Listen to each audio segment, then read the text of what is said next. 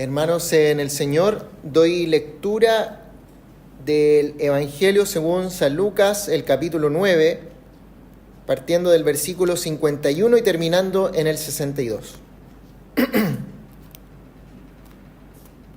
Dice así: como se acercaba el tiempo de que fuera llevado al cielo, Jesús se hizo el firme propósito de ir a Jerusalén. Envió por delante mensajeros que entraron a un pueblo samaritano para prepararle alojamiento.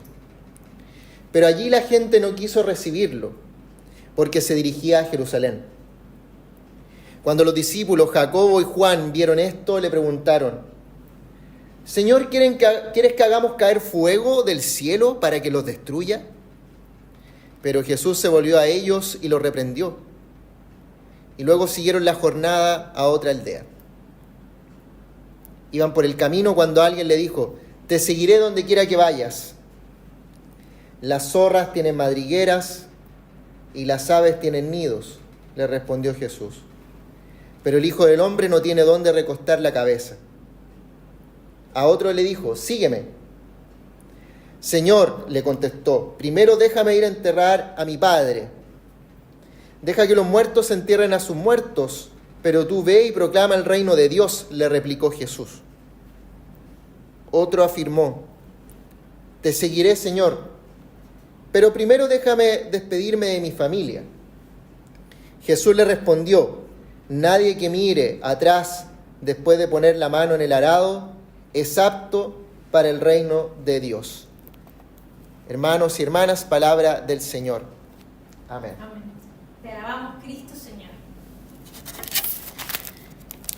Bueno, hermanos, que la gracia del Señor Jesucristo esté con cada uno de ustedes. Amén. Los invito a que tengamos una oración antes de comenzar la prédica de hoy. Oh Cristo, Dios nuestro, gobierna mi corazón, mi espíritu y mi lengua. Ven, Espíritu Santo, dador de todos los dones de gracia. Concédeme expresión y sabiduría para que pueda manifestar tus alabanzas. No permitas que pronuncie ninguna palabra imprudente que pueda dañar mi conciencia o el honor de tu santo nombre. Haz fructificar la semilla de tu palabra. Enciende los corazones de los oyentes para que presten atención a tu palabra en quietud y santa reverencia, y así sean edificados en adelante y finalmente salvados. Por Jesucristo nuestro Señor. Amén. Amén. Queridos hermanos y hermanas, el texto del día de hoy es un texto complejo. Es un texto complejo para el predicador, para el pastor de cualquier congregación, porque si lo predicamos tal cual como es, como lo inspiró el Espíritu Santo, no puede ser que no caiga tan bien. Puede ser que el pastor no se lleve las palmaditas al final del culto, en la puerta, al finalizar. El texto del día de hoy nos habla de fuego, nos habla de venganza, nos habla de ídolos, idolatrías, etcétera, de cosas que quizás molestan un poco a nuestra humanidad. El texto del día de hoy y que acabamos de leer y los versículos anteriores a este están centrados en Jesús y en su relación con quienes se topa en el camino. Ya se acercaba el tiempo, dice la lectura, para que fuera Jesús llevado al cielo. El Señor conoce su destino y se hace el firme propósito de ir a Jerusalén, donde iba a ser crucificado. Otras traducciones más antiguas dicen que Jesús afirmó su rostro hacia Jerusalén. Me gusta eso, afirmar el rostro. Podemos decir que Jesús está enfocado, concentrado en el propósito de Dios, morir por la humanidad. ¿Para qué? Para perdón de los pecados. El Señor, fíjense, envía delante de él algunos mensajeros para hacer los preparativos del viaje, para preparar el alojamiento en un pueblo samaritano que tenían de paso. Todavía no estaba el Airbnb, obviamente. Entonces había que preparar alojamiento con antelación. Pero en ese pueblo la gente no quiso recibir ni a Jesús ni a sus discípulos. Tenemos que recordar que entre los judíos y los samaritanos las cosas no eran muy amigables. Se tenían por enemigos étnicos y disputaban el lugar de culto. Por una parte, los judíos reclamaban que el principal lugar de culto estaba en Jerusalén, en el templo, mientras que los samaritanos decían que ellos también podían adorar a Dios en su tierra. Esto lo podemos ver en otro texto bíblico, en un encuentro que tiene Jesús con una mujer samaritana, donde ella dice que sus antepasados adoraban en ese monte donde ella vivía. Volviendo al relato, ese pueblo samaritano no quiso recibir a Jesús por rabia y frustración, ya que Jesús tenía su rostro fijo en Jerusalén y no en la ciudad de ellos, no en la ciudad de los samaritanos. Ese pueblo tenía rabia porque Jesús no satisfacía lo que ellos querían, o sea, su voluntad humana. Hermano, hermana, que hoy te encuentras acá en nuestra congregación, ¿cuántas veces tú y yo sentimos rabia porque Dios no hace nuestra voluntad? En medio de las complejidades del día a día, queremos tener un Dios a nuestra medida. Queremos cambiar esa parte de la oración del Padre Nuestro que dice, hágase tu voluntad, así en el cielo como en la tierra, para cambiarlo a hágase mi voluntad. Siguiendo el texto, los discípulos, como respuesta a esta negación de recibirlos, le preguntaban a Jesús, Señor, ¿quieres que hagamos caer fuego del cielo para que los destruya? Oh. Al parecer los discípulos aún no comprendían cuál era la misión de Jesús y la de ellos. Perdonar, sanar, dar nueva vida. No, ellos querían fuego, venganza, destruir al enemigo étnico, a la nación que se les opone. Hermano, hermana, ¿cómo te sientes con eso? ¿Quieres que tus enemigos sean destruidos? ¿Que las naciones o grupos étnicos, políticos e ideológicos que no van contigo sean consumidos por el fuego? Otra pregunta, ¿te haría feliz que Jesús hubiera dicho que sí al fuego del cielo que le ofrecían los discípulos y hubiese destruido a los samaritanos? ¿Lo hubieses visto como al fin Dios hizo justicia por no recibir a Jesús? Parece que sí, parece que esas cosas están en algún lugar de nuestro corazón. Jesús se vuelve a ellos y los reprende por tal propuesta. El Hijo del Hombre, Jesús, no vino para destruir la vida de las personas, sino para salvarlas. Jesús sigue con su rostro firme y mirada fija hacia Jerusalén, hacia su destino final, que es la cruz. Jesús y sus discípulos seguían caminando cuando alguien se acerca y le dice al Señor, te seguiré a donde quiera que vayas. Acá, hermanos, tenemos algo bien interesante. Pocas veces tenemos en la Biblia personas que hagan una decisión personal por su propia cuenta, antes de que el mismo Señor los elija y los llame. Acá no tenemos un típico ven y sígueme de Jesús. El Señor Jesús, en respuesta a ese ofrecimiento de ese hombre, a esa frase de la persona, no le dice, ya sí, qué bueno, qué genial, eres increíble, ven conmigo, sígueme. No, Jesús le responde de la siguiente forma a esa persona que tenía mucha confianza en sí mismo. Le dice lo siguiente, fíjense, Las zorras tienen madrigueras y las aves tienen nidos, pero el Hijo del Hombre, o sea Jesús, no tiene dónde recostar la cabeza. ¡Wow! O sea, de una u otra forma, Jesús le está mostrando la realidad de seguirlo, que su fin es la cruz. En ese seguimiento no hay falsas promesas de riquezas personales, humanas, de milagros show, de primeros lugares, de poder sobre otros. Dicho de otra manera, Jesús no le cuenta un cuento para que lo siga.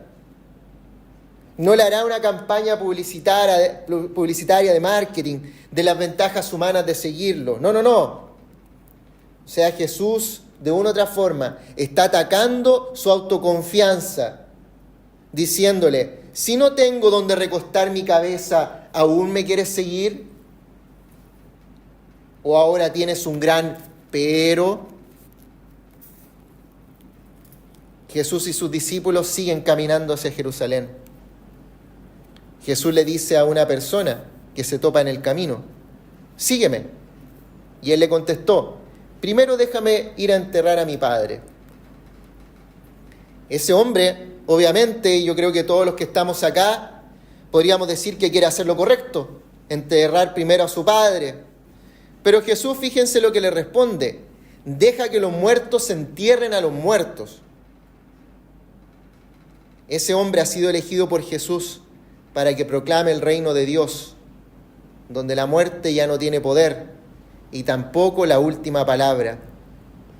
Esa persona, de una u otra forma, le dice: sí, te seguiré, Jesús, pero Jesús sigue con su rostro firme, mirada fija hacia Jerusalén, hacia su destino final, la cruz. Jesús también llama a otro hombre ahí en el camino, pero este quiere despedirse primero de su familia. Pero de nuevo Jesús no va a hacer conveniente humanamente esta llamada. Jesús sigue con su rostro firme y su mirada fija hacia Jerusalén, hacia su destino final, la cruz. Queridos hermanos y hermanas de la Iglesia Encuentro con Cristo acá en Montevideo, el pasaje bíblico de hoy es un espejo de nuestras idolatrías, de todo lo que ponemos primero y por delante de Dios, nuestro Creador. Cuando pones primero y por delante de Dios, el Creador, tu orgullo nacional, tu origen étnico, que incluso estarías contento que cayera fuego sobre tus enemigos que son distintos a ti. Cuando pones primero y por delante de Dios, el Creador, las ideologías. Cuando pones primero y por delante de Dios tu conveniencia personal. Cuando pones primero y por delante de Dios a tu familia o a cualquier otra cosa. Incluso, fíjense, las cosas buenas de este mundo pueden convertirse en ídolos que se interponen en el camino que nos llama el Señor como discípulos bautizados que pertenecemos a Él. El primer mandamiento dice lo siguiente: yo soy el Señor tu Dios, no tendrás dioses ajenos delante de mí. Hermanos, acá no quiero decir que la familia, enterrar al padre, a la madre, ir a despedirse de la familia, nuestro origen étnico, cultural, sea algo malo. No quiero decir eso. Esto se convierte en negativo cuando esas cosas toman el lugar de Dios. Este texto es tan corto, está lleno de idolatrías comunes que tanto a ti como a mí nos tocan de alguna forma. No estamos cumpliendo continuamente el mandamiento primero de Dios. No estamos siguiendo la voluntad de Dios, ni nosotros ni sus discípulos de aquel entonces que querían fuego sobre sus enemigos. Dios no deja pasar estas idolatrías. Jesús no las deja pasar, se las muestra. No nos afirma nuestros pecados. Él nos muestra el espejo. Cuando Dios te escoge y te llama a seguirlo, continuamente tú, y yo también me incluyo, decimos sí, pero. Jesús, hermanos, conoce nuestra realidad. Conoce la naturaleza humana. Él conoce nuestros peros. Él conoce que queremos hacer nuestra voluntad y no la de Él. Pero como dije al inicio de esta predicación, nuestro Señor es un Dios que no vino a destruir la vida de las personas, sino para salvarlas. Es por eso que en medio de este relato bíblico, Jesús no se detuvo y destruyó a la gente que tenía idolatrías, sino que Él tenía su mirada y su rostro fijo hacia su destino final, que es la cruz. Y en esa cruz hay salvación. En esa cruz iba a morir para salvarte a ti. ¿Salvarte de qué? De buscar en dioses que no dan vida, en idolatrías que matan, que dan muerte. Salvarte de buscar dioses que no sanan, que producen dolores, vacíos existenciales, falsas seguridades. Salvarte de ti mismo. Es por eso que Jesús sigue su camino con su rostro firme y su fija mirada hacia Jerusalén, su destino final, que es la cruz. Es en esa cruz donde murió para cumplir lo que tú solo con tus propias fuerzas no puedes cumplir, la voluntad de Dios. En esa cruz Jesús murió por ti, para tu perdón. En esa cruz brota el perdón de los pecados de idolatría y surge una nueva vida para ti, donde la muerte ya no tiene poder sobre nosotros, ya que es derrotada por la resurrección de Jesús. Es en la cruz y en medio de tus sufrimientos diarios donde eres amado por Dios, eres renovado y perdonado constantemente. Es en esa cruz donde eres libre de ataduras del mal y de tus idolatrías. Hermano, hermana, tú eres bautizado, propiedad de Dios, no del mal. Ahora puedes amar a otros, incluso a tu familia, pero no con tus fuerzas. Incluso a tus enemigos, pero no con tus fuerzas, sino de la que proviene de la cruz, de la que proviene del perdón, la fuerza de Dios. Eres libre en Cristo. Él es tu refugio y tu morada. Amén. Oremos al Señor. Amado Padre Celestial, te agradecemos porque moriste por nosotros. Te agradecemos porque a pesar de nuestras rebeldías y de nuestros pecados, tú prefieres el perdón. Te agradecemos porque moriste en la cruz para cumplir lo que nosotros no podemos cumplir. Danos de tu fuerza, oh Señor. En el nombre de Jesús, amén.